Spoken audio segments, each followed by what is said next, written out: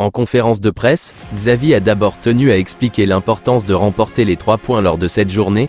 Nous avons laissé le Real Madrid à 8 points derrière nous et c'est un avantage important pour nous. Aujourd'hui était un jour spécial car les équipes classées de la 2e à la 6e place ont toutes perdu des points. Mais pour l'Espagnol, rien n'est joué. Et les Madrilènes peuvent encore revenir dans la course au titre. Le Real Madrid peut encore gagner. Ils doivent venir ici. Ce sera un match très important à domicile. Le Real Madrid peut toujours battre n'importe quelle équipe, nous ne devons pas baisser la garde. Nous allons dimanche sur un terrain où le Real Madrid a perdu, à Villarreal. C'est une date importante dans le calendrier pour nous. Chaque match est difficile, les équipes ont beaucoup à perdre. Chaque match sera donc une guerre et il reste 18 matchs. C'est loin d'être terminé, avertit Xavi. Pedri souligne les 8 points d'écart résultat des courses. Ce lundi matin, le Barça a creusé un fossé qui semble énorme même si la saison est encore loin d'être terminée. Et qui donne visiblement de la confiance au club catalan. Déjà, après le match du Real Madrid, le Barça s'était permis un petit tweet pour s'amuser de la contre-performance madrilène. Mais en prime, ces dernières heures, Pedri s'est également fait plaisir.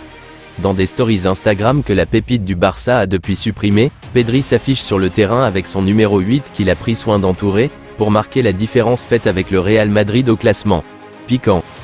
Mais le gros point noir du soir est la blessure de Sergio Busquets, sorti en première mi-temps et blessé à la cheville. Après la rencontre, Xavi a donné des nouvelles de son capitaine. Busquets ? Demain, ils lui feront le test final, j'espère que ce sera peu grave. Il y a une entorse, c'est évident. Plus tôt dans la soirée, un premier diagnostic était tombé en Espagne, annonçant plusieurs semaines d'absence pour Busquets. Le verdict final devrait être connu dès demain. Par ailleurs, l'entraîneur du Barça s'est montré ravi de la performance de ses joueurs et en particulier de celle d'un homme, Rafinha. Auteur d'un but et d'une passe décisive, le Brésilien semble enfin lancé sous les couleurs catalanes. J'étais déjà satisfait des performances de Rafinha, même lorsqu'il ne marquait pas et ne faisait pas de passe décisive. Il nous donne beaucoup et c'est un joueur essentiel pour l'équipe. Maintenant, Rafinha fournit des buts et des passes décisives. Il a joué 2 matchs d'affilée et semble prendre du galon, mais il a fait ça toute la saison.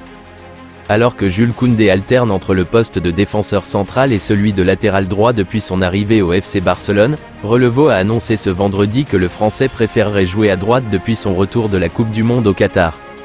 Une préférence démentie par l'ancien joueur des Girondins de Bordeaux sur son compte Twitter.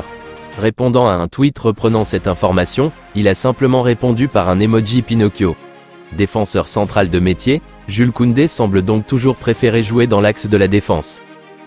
Si vous avez aimé cette vidéo, merci de liker, partager, commenter et surtout vous abonner à la chaîne.